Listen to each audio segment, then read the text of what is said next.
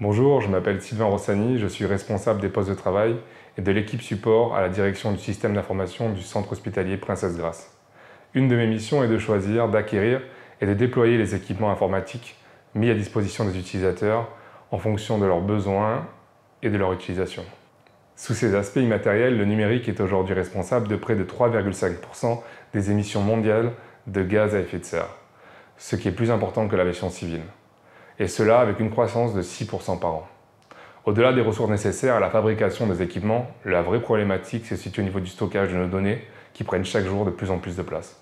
À la direction du système d'information, nous essayons de limiter notre impact dans chacun de nos choix d'équipements et dans leur configuration, comme celle des mises en veille de nos ordinateurs, de nos écrans, mais aussi en assurant la réutilisation des cartouches d'encre usagées. On intègre également dans nos appels d'offres un critère d'évaluation concernant l'impact écologique. Cela peut concerner la consommation des matériels, leur durée de vie, mais aussi d'assurer leur reprise au moment de leur renouvellement.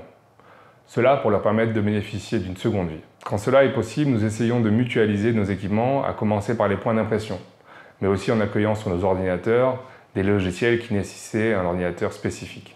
La technologie est bien sûr consommatrice d'énergie et de ressources, mais elle peut aussi nous permettre de limiter notre impact écologique, en limitant nos déplacements grâce à l'aide par exemple de solutions de vidéoconférence. Aujourd'hui, il est vraiment important de n'imprimer que quand cela vous est vraiment nécessaire. Une feuille de papier n'a en moyenne que quelques minutes de durée de vie avant de se retrouver à la poubelle.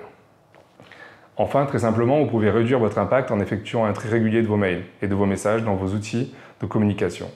Une procédure pour trier vos mails est d'ailleurs à votre disposition dans la rubrique Développement durable du site Réseau Hôpital sur l'éco-geste du mois de mai.